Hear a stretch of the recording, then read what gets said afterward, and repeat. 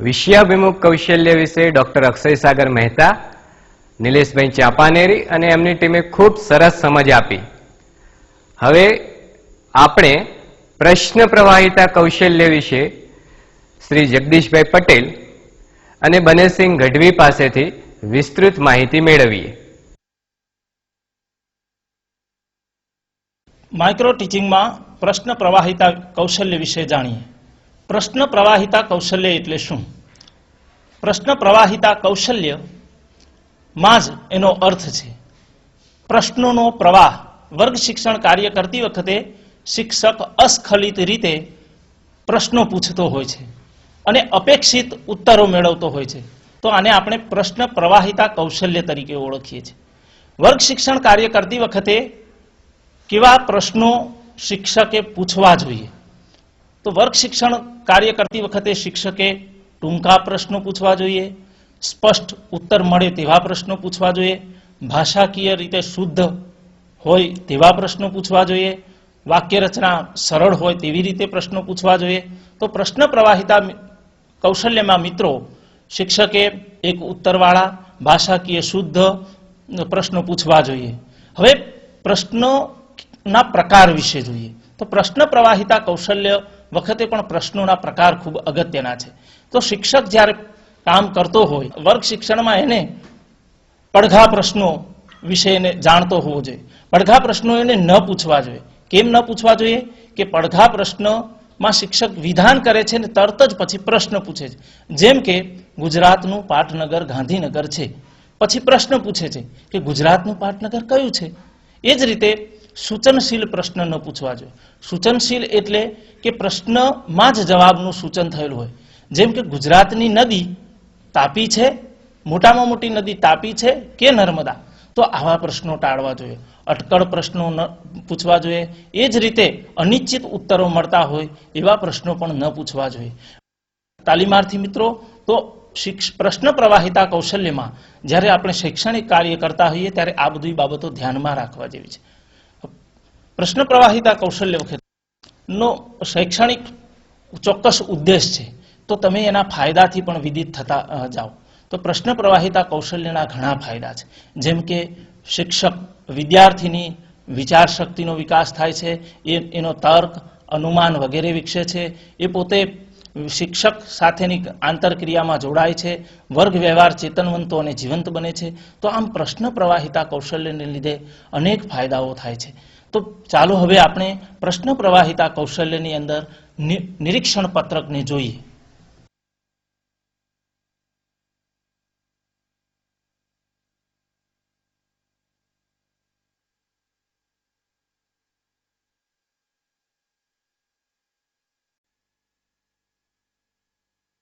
નમસ્કાર મિત્રો, ત્રણ રેખાખંડથી બનતી બંધ આકૃતિને ત્રિકોણ કહેવામાં આવે છે. તે જ પ્રમાણે ચાર રેખાખંડથી બનતી બંધ આકૃતિને ચતુષ્કોણ કહેવામાં આવે છે. જે ચતુષ્કોણના સામસામેની બાજુની બંને જોડો સમાંતર હોય તેને સમાંતર બાજુ ચતુષ્કોણ કહેવામાં આવે છે. મિત્રો, આજે આપણે સમાંતર બાજુ ચતુષ્કોણના ગુણધર્મો જોઈશું.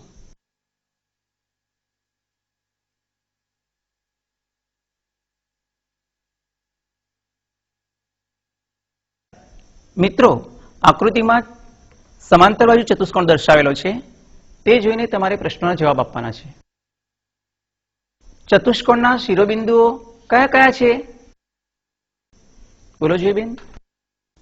ચતુષ્કોણના 4 શિરોબિંદુઓ છે. બિંદુ A, બિંદુ B, બિંદુ C અને બિંદુ D. રેખાખંડ AB ને સમાંતર રેખાખંડ કયો છે? રેખાખંડ CD. સરસ. રેખાખંડ AD ને સમાંતર રેખાખંડ કયો છે? રેખાખંડ BC. મિત્રો, સમાંતર બાજુ ચતુષ્કોણના સામસામેની બાજુઓ સમાંતર હોય છે તે તેનો મૂળ ગુણધર્મ થયો. એ સિવાયના બીજા પણ સમાંતર બાજુ ચતુષ્કોણના ગુણધર્મો છે. સમાંતર બાજુ ચતુષ્કોણના બાજુ અંગેના ગુણધર્મો જોઈએ. સમાંતર બાજુ ચતુષ્કોણની સામસામેની બાજુઓ એકરૂપ હોય છે. બાજુ AB ની સામેની બાજુ કઈ છે? રેખાખંડ DC. AB નું માપ 8 એકમ છે. AB નું માપ કેટલું છે? 8 એકમ. તો CD નું માપ કેટલું થશે? 8 એકમ.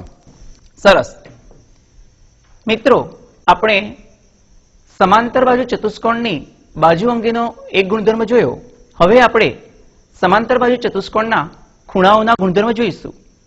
સમાંતર બાજુ ચતુષ્કોણના સામસામેના ખૂણાઓ એકરૂપ હોય છે અને પાસ પાસેના ખૂણાઓ પૂરક હોય છે. પૂરક એટલે કે જે બે ખૂણાના માપનો સરવાળો 180 અંશ થાય તે બે ખૂણાને એકબીજાના પૂરક કોણ કહેવામાં આવે છે. તો મિત્રો, ખૂણા A નું માપ કેટલું છે? 120 અંશ. ખૂણા C નું માપ કેટલું થશે? ખૂણા સી નું માપ 120 અંશ છે. ખૂણા A અને ખૂણા B ના માપનો સરવાળો 180 અંશ થશે, ખરું ને? ખરું. ખૂણા B નું માપ કેટલું થશે? 60 અંશ. તો ખૂણા D નું માપ કેટલું થશે? બેલાબેન. ખૂણો ડી 60 અંશ. ખૂણા A નું માપ 120 છે, ખૂણા B નું માપ 60 અંશ છે, ખૂણા C નું માપ 120 અંશ છે, ખૂણા D નું માપ 60 અંશ છે. તો ચતુષ્કોણના ચારેય ખૂણાના માપનો સરવાળો 120 અંશ થશે કે 360 અંશ? 360 અંશ. સરસ. તો મિત્રો, આજે આપણે ચતુષ્કોણના 3 મહત્વના ગુણધર્મો જોયા. સમાંતર બાજુ ચતુષ્કોણની સામસામેની બાજુઓ એકરૂપ હોય છે, સમાંતર બાજુ ચતુષ્કોણના સામસામેના ખૂણાઓ એકરૂપ હોય છે, સમાંતર બાજુ ચતુષ્કોણના પાસ પાસેના ખૂણાઓ પૂરક હોય છે. પ્રશ્ન પ્રવાહિતા કૌશલ્ય વિશે શ્રી જગદીશભાઈ પટેલે સરસ માઇક્રોલેશન આપ્યો. હવે નિરીક્ષક શ્રી બહાદુરભાઈ સોલંકી અને બેલાબેન શાહ પ્રતિપોષણ આપશે. જગદીશભાઈ, તમે પ્રશ્ન પ્રવાહિતા કૌશલ્ય ઉપર ખૂબ જ સુંદર માઇક્રોલેશન આપ્યું. પ્રતિપોષણ સ્વરૂપે જે કંઈ વિશેષતાઓ અને સૂચનો છે તે ધ્યાનથી સાંભળો. સૌપ્રથમ તો તમે શિરોબિંદુ ABCD છે એનો જ્યારે જવાબ બાળકોએ આપ્યો ત્યારે જવાબ આપતી વખતે પોઇન્ટર છે તે 4 શિરોબિંદુ ઉપર ફરવો જોઈતો હતો. વચ્ચે વચ્ચે જ્યારે બાળકો જવાબ આપતા હતા ત્યારે તમે એકાદ બે સાબાશ અથવા તો સરસ એવા સુદ્રઢકોનો ઉપયોગ કરી શક્યા હોત. ચતુષ્કોણના ચારે ખૂણાના માપનો સરવાળો 120 અંશ છે કે 360 અંશ, આવા સૂચનશીલ પ્રશ્ન તમે એકાદ પૂછ્યા છે તે હવે પછીના પૂર્વ આયોજન વખતે ધ્યાનગ્રસ્ત રાખશો. ઉચ્ચાર સંદર્ભે પણ સરવાળો અને સામસામેના એ રીતે 2 શબ્દ પ્રયોગ આપે કર્યા છે. તે સિવાય કઠિન પ્રશ્નો ઉત્તર ન આપી શકે તેવા તમે પ્રશ્નો પૂછ્યા નથી, એ ઘણી સારી બાબત છે. અસ્પષ્ટ પ્રશ્ન પણ એક પણ પૂછ્યો નથી. પ્રશ્નની તે તમારી જે રજૂઆત હતી તે ખૂબ જ હાવભાવપૂર્ણ રજૂઆત હતી. પ્રશ્ન પૂછવાની તમારી જે ઝડપ હતી તે થોડી વધારે હતી. એક પ્રશ્ન પૂછ્યા પછી તમે બાળકોને થોડો વિચારવાનો સમય આપ્યો હોત, થોડો વિરામનો સમય આપ્યો હોત તો બાળકો વિચારીને એ જવાબ આપી શક્યા હોત. વિદ્યાર્થીઓના ઉત્તરનું પુનરાવર્તન શિક્ષક જાતે કરે તેના બદલે અન્ય વિદ્યાર્થીઓ દ્વારા તમે એ જવાબનું પુનરાવર્તન કરાવી શક્યા હોત. તમામ વિદ્યાર્થીઓની સામેલગીરી તમે વર્ગખંડમાં કરી શક્યા છો. તમામે તમામ વિદ્યાર્થીઓને તમે પ્રશ્ન પૂછ્યા છે એટલે વર્ગ વ્યવહાર અને તમારી આંતરક્રિયા બાળકો સાથેની એ ખૂબ જ પ્રભાવિત રહી.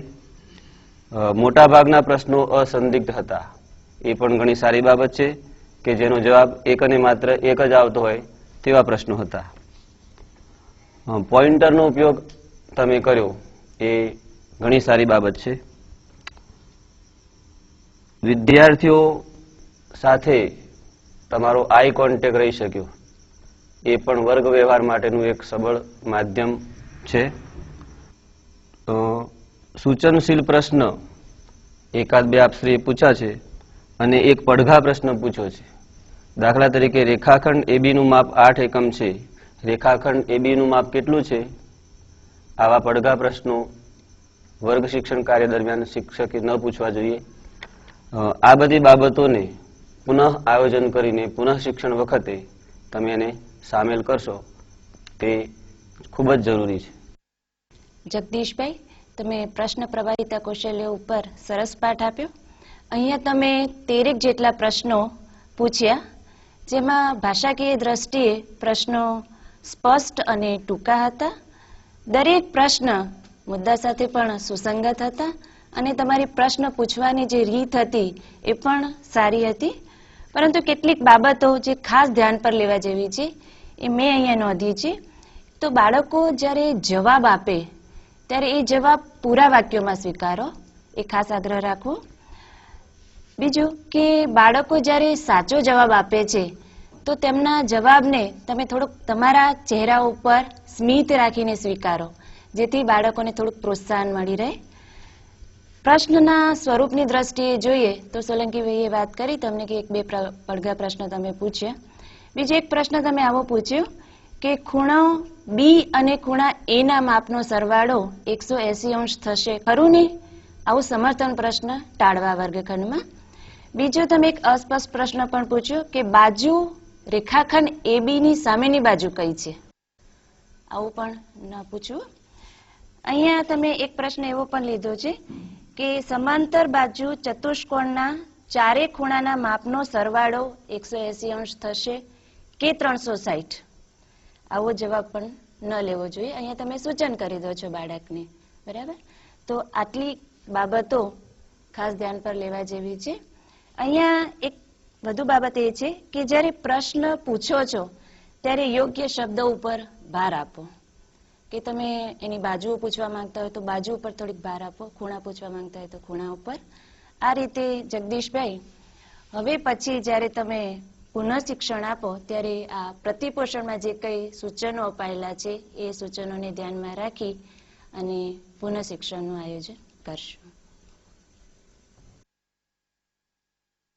નમસ્કાર મિત્રો. 3 રેખાખંડથી બનતી આકૃતિને ત્રિકોણ કહેવામાં આવે છે. તે જ પ્રમાણે 4 રેખાખંડથી બનતી બંધ આકૃતિને ચતુષ્કોણ કહેવામાં આવે છે. જે ચતુષ્કોણમાં સામસામેની બાજુની બંને જોડો સમાંતર હોય તે ચતુષ્કોણને સમાંતર બાજુ ચતુષ્કોણ કહેવામાં આવે છે. આજે આપણે સમાંતર બાજુ ચતુષ્કોણના ગુણધર્મો વિશે જોઈએ.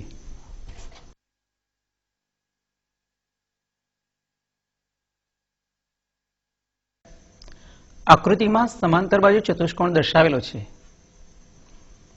સમાંતર બાજુ ચતુષ્કોણમાં સામસામેની બાજુઓની જોડ સમાંતર હોય છે. એના મુખ્ય ગુણધર્મોની સાથે બીજા કેટલાક ગુણધર્મો પણ આપણે આજે જોઈશું. આકૃતિમાં કયા શિરોબિંદુ દર્શાવેલા છે? શિરોબિંદુ A, B, C અને D. રેખાખંડ AB ને સમાંતર કયો રેખાખંડ છે? બેન તમે બોલો જોઈએ. રેખાખંડ AD ને સમાંતર રેખાખંડ BC છે. સરસ. રેખાખંડ AB ને સમાંતર કયો રેખાખંડ છે? રેખાખંડ AB ને સમાંતર રેખાખંડ CD છે. સરસ. સમાંતર બાજુ ચતુષ્કોણના મુખ્ય ગુણધર્મ છે તેની સામસામેની બાજુઓ સમાંતર હોય. એ સાથે બીજા ગુણધર્મો, સમાંતર બાજુ ચતુષ્કોણની સામસામેની બાજુઓ એકરૂપ હોય છે. એકરૂપ એટલે તેના માપ સમાન હોય છે. રેખાખંડ AB નું માપ કેટલા એકમ છે? બેન તમે બોલો જોઈએ. 8 એકમ છે. સરસ. તો રેખાખંડ CD નું માપ કેટલા એકમ થશે? 8 એકમ છે. સરસ. રેખાખંડ AD નું માપ કેટલા એકમ થશે? રેખાખંડ AD નું માપ 6 એકમ થશે. સરસ. હવે આપણે સમાંતર બાજુ ચતુષ્કોણના ખૂણા અંગેના ગુણધર્મો જોઈએ. સમાંતર બાજુ ચતુષ્કોણના સામસામેના ખૂણાઓ એકરૂપ હોય છે. સમાંતર બાજુ ચતુષ્કોણમાં સામસામેના ખૂણાઓ એકરૂપ હોય છે. તે જ રીતે પાસ પાસેના ખૂણાઓ પૂરક હોય છે. પૂરક એટલે બે ખૂણાના માપનો સરવાળો 180 અંશ થાય. ખૂણા એનું માપ કેટલા એકમ છે? ખૂણા એનું માપ 120 અંશ છે. ખૂણા એની સામેનો ખૂણો કયો છે? ખૂણો સી. ખૂણા સી નું માપ કેટલું થશે? ખૂણા સી નું માપ 120 અંશ છે. ખૂણા બી ની સામેનો ખૂણો કયો છે? ખૂણા બી ની સામેનો ખૂણો ખૂણો ડી છે. સરસ. ખૂણા બી નું માપ કેટલું થશે? ખૂણા બી નું માપ 60 અંશ થશે. તો ખૂણા ડી નું માપ કેટલા અંશ થશે? લીલાબેન તમે. ખૂણા ડી નું માપ 60 અંશ છે. સરસ. સમાંતર બાજુ ચતુષ્કોણના ચારેય ખૂણાના માપ આપણે જોયા. ખૂણા એ નું માપ 120 અંશ છે, ખૂણા બી નું માપ 60 અંશ છે, ખૂણા સી નું માપ 120 અંશ છે, ખૂણા ડી નું માપ 60 અંશ છે. તો ચતુષ્કોણના ચારેય ખૂણાનો સરવાળો કેટલા અંશ થશે? 360 અંશ થશે. સરસ. તો મિત્રો, આજે આપણે ચતુષ્કોણના સમાંતર બાજુ ચતુષ્કોણના 3 ગુણધર્મો જોયા. સમાંતર બાજુ ચતુષ્કોણના સામસામેની બાજુઓ એકરૂપ હોય છે. 2. સમાંતર બાજુ ચતુષ્કોણના સામસામેના ખૂણા એકરૂપ હોય છે. 3. સમાંતર બાજુ ચતુષ્કોણના પાસ પાસેના ખૂણાઓ પૂરક હોય છે. નમસ્કાર. જગદીશભાઈ, પ્રતિપોષણના આધારે તમારા પાઠમાં સુધારો જોવા મળ્યો તે બદલ અભિનંદન.